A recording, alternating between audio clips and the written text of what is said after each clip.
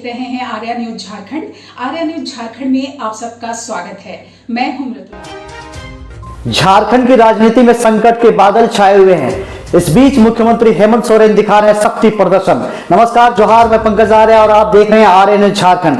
हम सभी जानते हैं कि खनन लीज मामले को लेकर लगातार ईडी सम्मन भेज रहा है। इसी कड़ी में कल मुख्यमंत्री ईडी कार्यालय में जाकर तमाम सवालों के जवाब दिए हैं। साथ ही साथ इससे पूर्व उन्होंने मीडिया को संबोधित करते हुए बीजेपी पर हमला भी बोला है। और आज फिर एक बार ईडी कार्यालय से वापस आने के बाद हेमंत सोरेन ने मीडिया को संबोधित किया है। साथ ही साथ कार्यकर्ताओं के हुजूम को भी संबोधित किया है और हजारों के कार्यकर्ताओं को संबोधित करते हुए उन्होंने कहा है कि संकट के बादल छाए हुए हैं। इस बीच अगर कुछ भी होता है तो उसके लिए आप सभी तैयार रहें।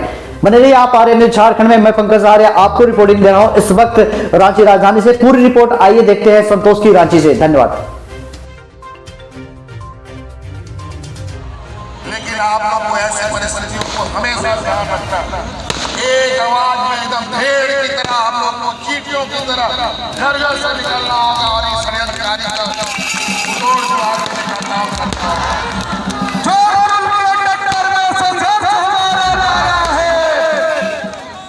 आज इसीलिए इस राज्य की इतिहास ही अलग है। इस राज्य का इतिहास के बराबर मैं नहीं कह सकता कि देश में कोई और इतिहास हो सकता है, जहाँ गरीब युवा आदिवासी दलित पिछड़ा लोग पेट में गमछा बांध कर यही धनुष से अंग्रेजों का मुंह जब हाथ किया तो ये गोली और बारूद से क्या हमें डराने का प्रयास किया। इसीलिए साथ आप हमेशा हम लोग को तैयारी हमेशा रहना पड़ता है। हम संघर्ष नहीं करते हैं तो हम जी नहीं पाते। लेकिन आज अगर हमारा संघर्ष सही दिशा में हो तो हम आराम से जीवन बिता सकते हैं। इसीलिए आप सब लोगों से ये आग्रह निवेदन के साथ हम अपनी बात को समाप्त करना चाहेंगे।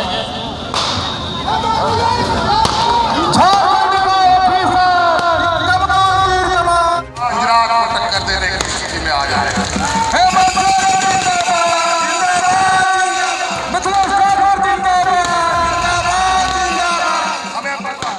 यहाँ के लोगों को क्या काम चाहिए, हमें पता है यहाँ पर किस तरीके की योजनाएं लानी चाहिए और यहाँ के लोगों का समझ विकास किस तरीके से हो सकता है।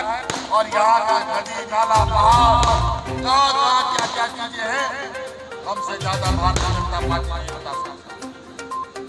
ये लोग एयर कंडीशन कमरे में बैठकर कागज कलम में ही हमारी योजनाएं बनाते हैं और लूट के खा जाते हैं।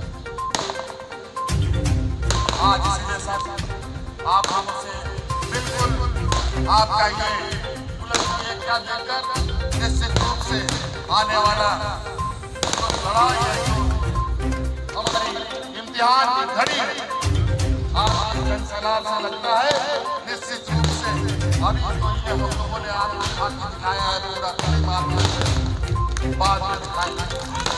हेमंत भैया के सफाल में पूरा झारखंड मैदान में, हेमंत भैया के सफाल में लगता है कि आज मीडिया आ चुका है।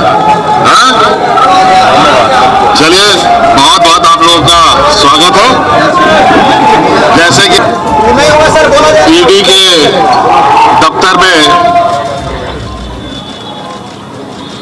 जाना है, जैसे कि मुझे सम्मन दिया गया है और उस संदर्भ में इल्लीगल माइनिंग की जांच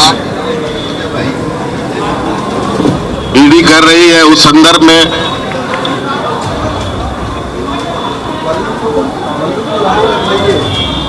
मुझे बुलाया गया है और इस संदर्भ में भी मैंने एक भेजा है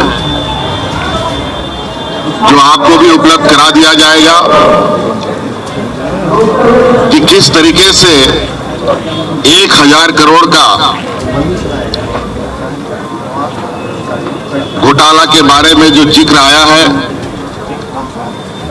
साहिबगंज जिले से, बड़ा दुर्भाग्यपूर्ण है कि सालाना भी अगर हम देखें पूरे राज्य में स्टोन चिप्स से 1000 रुपये, इसका आधार कैसे बना, कैसे नहीं बना, ये समझ से परे है। और 1000 करोड़ रुपए का घोटाला करने के लिए करोड़ों का खनन होगा, उनका ट्रांसपोर्टेशन कैसे होगा, और जो विगत 2 साल को अगर हम देखें, जब से जो आरोप लगे हैं वो कहीं से संभव प्रतीत नहीं होता। मुझे लगता है कहीं ना कहीं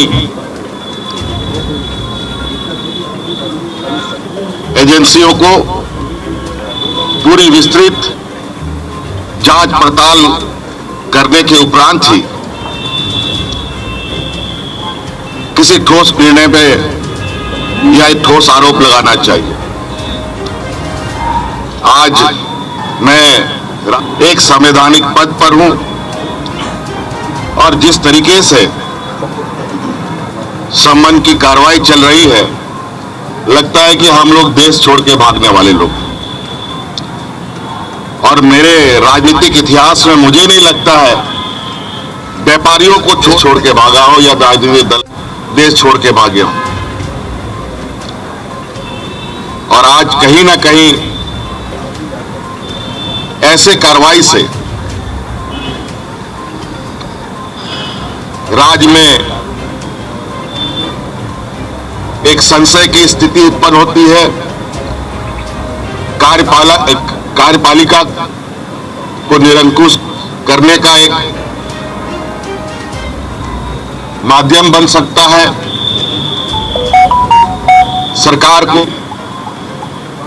एक षड्यंत्र कहा जा सकता है। कहा जाए कि जो हमारे विपक्ष हैं, जो सरकार बनने के बाद से ही सरकार गिराने के षड्यंत्र लगे हुए थे। डूबी जो पानी में डूब करके काम कर रहा था, ऊपर आने की ताकत नहीं रख रहा था, आज उस पनडुब्बी को धीरे धीरे बाहर लाने का प्रयास किया जा रहा है।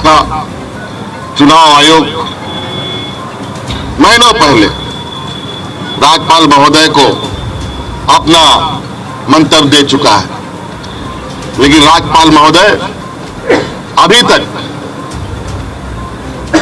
लिफाफा को उन्होंने नहीं खोला। मुझे लगता है कि वो भी किसी समय का इंतजार कर रहे थे। और आपने सुना है, पूरे देश के खबरों में चला, महामहिम ने दूसरा मंतव्य चुना जो बिल्कुल ही असंवैधानिक था। और जब हमने इसकी जानकारी चुनाव आयोग से लिया तो पता चला कि महामहिम ने कोई दूसरा मंतव्य नहीं मांगा, लेकिन खबरों में चलाते जरूर है, उनका बयान जरूर आता है और पटाखे बम फोड़ने की बात करते हैं और उनका बयान आता है, ईडी का सम्मन चालू हो जाता है और उसके बाद धड़ाधड़ सत्ता पक्ष के विधायकों पर छापामारी होती है, कभी इनकम टैक्स का, कभी ईडी का। बड़ा दुर्भाग्य। और जो मुझे आ रही है, और भी विधायकों के ऊपर, सत्ताधारी विधायकों के ऊपर ये छापा मारने की तैयारी कर रहे हैं। ये कहीं ना कहीं राज्यपाल भी राजनीतिक से, जो संवैधानिक पार्टी से संबंध नहीं रखता है, निष्पक्ष का विचार आता है, लेकिन मुझे नहीं लगता है ऐसे कार्यकलाप से कि वो और दलों को संरक्षण दे रहे हैं। तो इसलिए मैं अपनी बातें, जो मोटा मोटी जो आरोप एजेंसियों के तरफ से है, उसकी प्रति आपको उपलब्ध कराएं। इस तरीके से जो आरोप है वो आरोप निराधार होता है।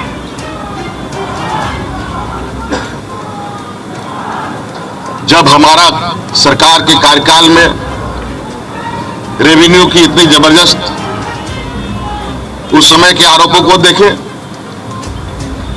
रेवेन्यू में भी नुकसान कार्रवाई में भी धीमी गति, जब राज्य के संसाधन को हम बढ़ा रहे हैं, बड़े पैमाने पर कार्रवाई होता है, और जब इनकी हमारे विपक्षियों की पूर्व की सरकार की एक लंबी लकीर खींची जा रही है, आज ऐसे में कहीं ना कहीं सरकार की जो छवि है और सरकार के ऊपर जो विश्वास राज्य के जनमानस पर बढ़ा है, विपक्षियों को बिल्कुल अब ये स्पष्ट हो चुका है कि वो अब राजनीतिक हाशिए पर। मुझे लगता है इस देश का लोकतंत्र का सम्मान होना चाहिए और लोकतंत्र के अंदर जो कार्य करने वाले लोग हैं उसको भी निष्पक्ष तरीके से अपना काम करना चाहिए। आर्या न्यूज झारखंड में आज इतना ही। आपसे फिर मुलाकात होगी नई खबरों के साथ, नए स्थलों के साथ। तब तक के लिए नमस्कार।